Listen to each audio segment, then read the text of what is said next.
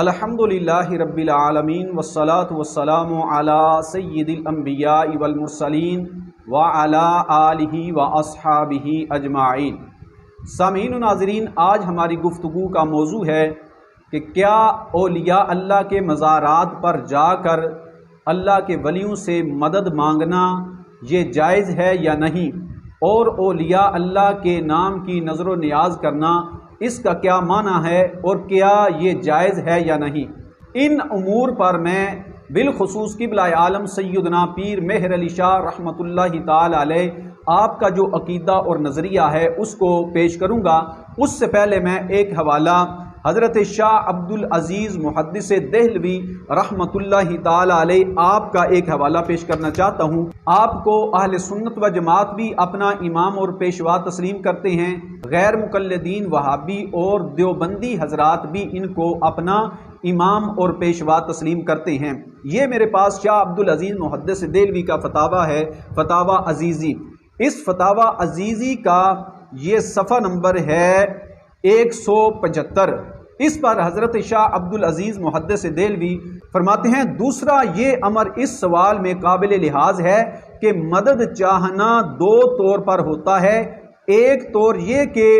کوئی مخلوق دوسری مخلوق سے مدد چاہے، جیسے امیر اور بادشاہ سے نوکر اور فقیر اپنی حاجتوں میں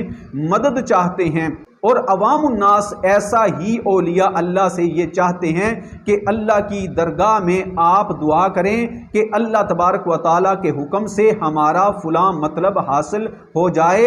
اس طور سے مدد چاہنا شرعاً زندہ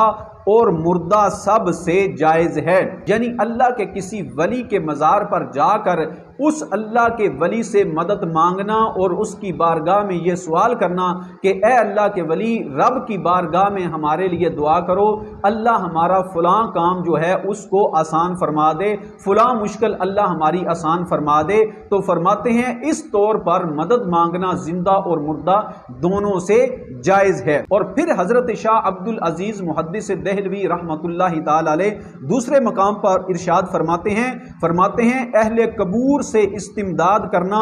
ایک ایسا امر ہے کہ مشائخ صوفیہ جو کہ اہل کشف و کمال ہیں ان کے نزدیک یہ کامل طور پر ثابت ہے، حتیٰ کہ وہ حضرات کہتے ہیں کہ اکثر لوگوں کو ارواح سے فیض حاصل ہوا ہے۔ چنانچہ امام شافعی رحمۃ اللہ تعالی علیہ نے فرمایا کہ قبر امام موسیٰ کاظم رضی اللہ تعالی عنہ کے مجرب تریاق ہے دعا قبول ہونے کے لیے، اور حجت الاسلام امام غزالی نے فرمایا کہ جس سے حیات کی حالت میں استمداد کیا جاتا ہے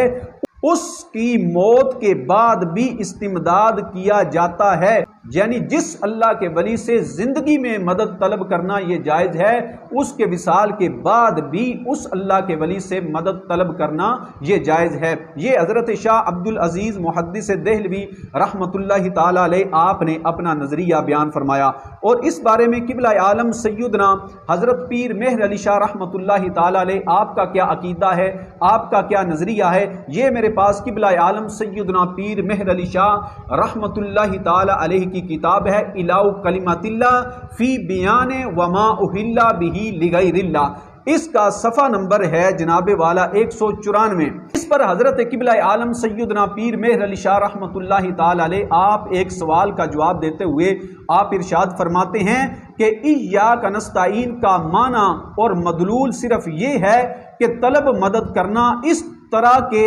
مستعان من ہو کو خالق اون و مدد یقین کرنا یہ جناب باری تعالی جل شانہ کی ذات میں منحصر ہے، یہ صرف اللہ کے ساتھ خاص ہے، یعنی اللہ ہی خالق ہے مدد کرنے کا، حقیقی مددگار صرف اللہ ہے۔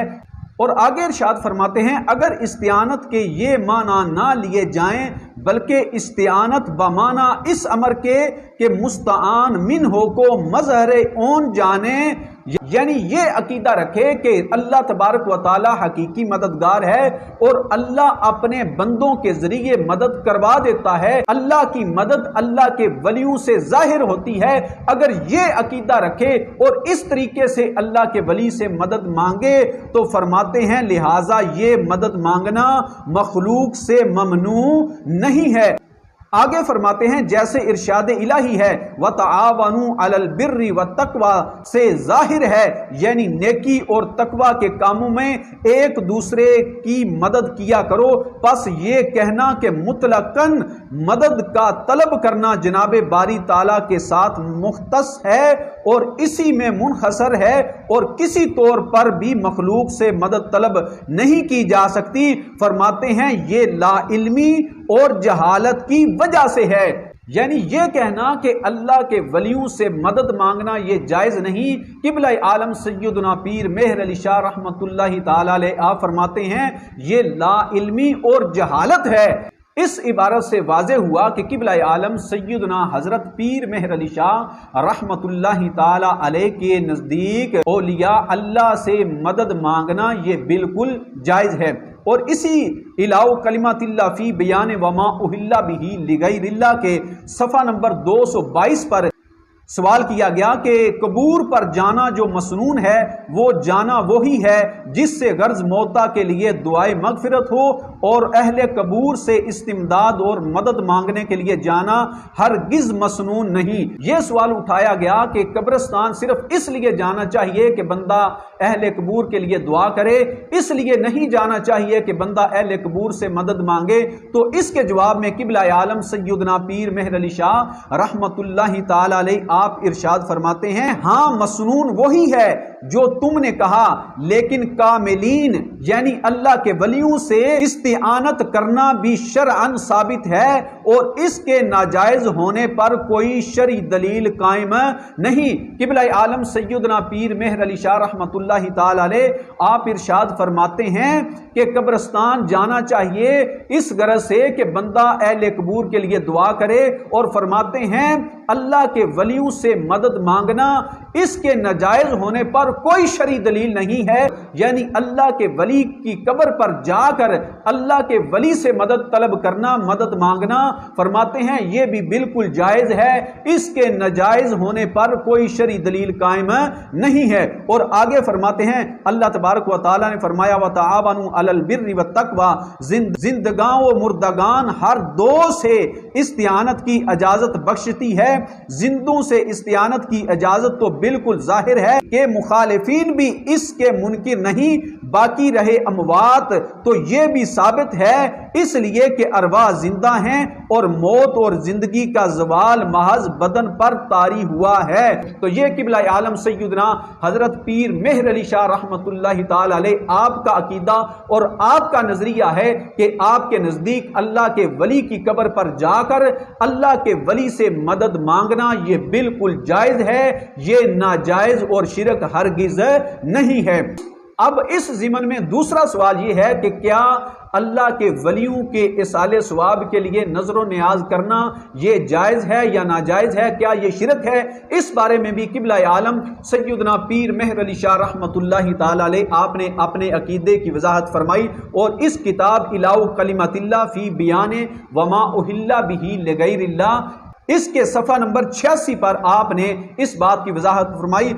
فرماتے ہیں ہاں نظر کے لحاظ سے ہر شخص کو معلوم ہے کہ نظر لغیر اللہ حرام ہے، اور نظر اولیاء در حقیقت اللہ تعالیٰ کی نظر ہوتی ہے اور ثواب اولیاء اللہ کی ارواح کے لیے ہوتا ہے۔ فرماتے ہیں کہ اولیاء اللہ کی نظر کا یہ معنی ہے کہ وہ نظر تو اللہ ہی کی ہوتی ہے، لیکن اس کا مقصد یہ ہوتا ہے کہ اس کا ثواب اللہ کے ولیوں کی روح کو اصال کرنا، یہ اولیاء اللہ کی نظر کا معنی اور مفہوم ہوتا ہے۔ تو اس حوالے سے یہ بھی واضح ہوا کہ قبلہ عالم سیدنا حضرت پیر مہر علی شاہ رحمۃ اللہ تعالی علیہ کے نزدیک یہ بالکل جائز ہے، یہ ناجائز اور شرک ہرگز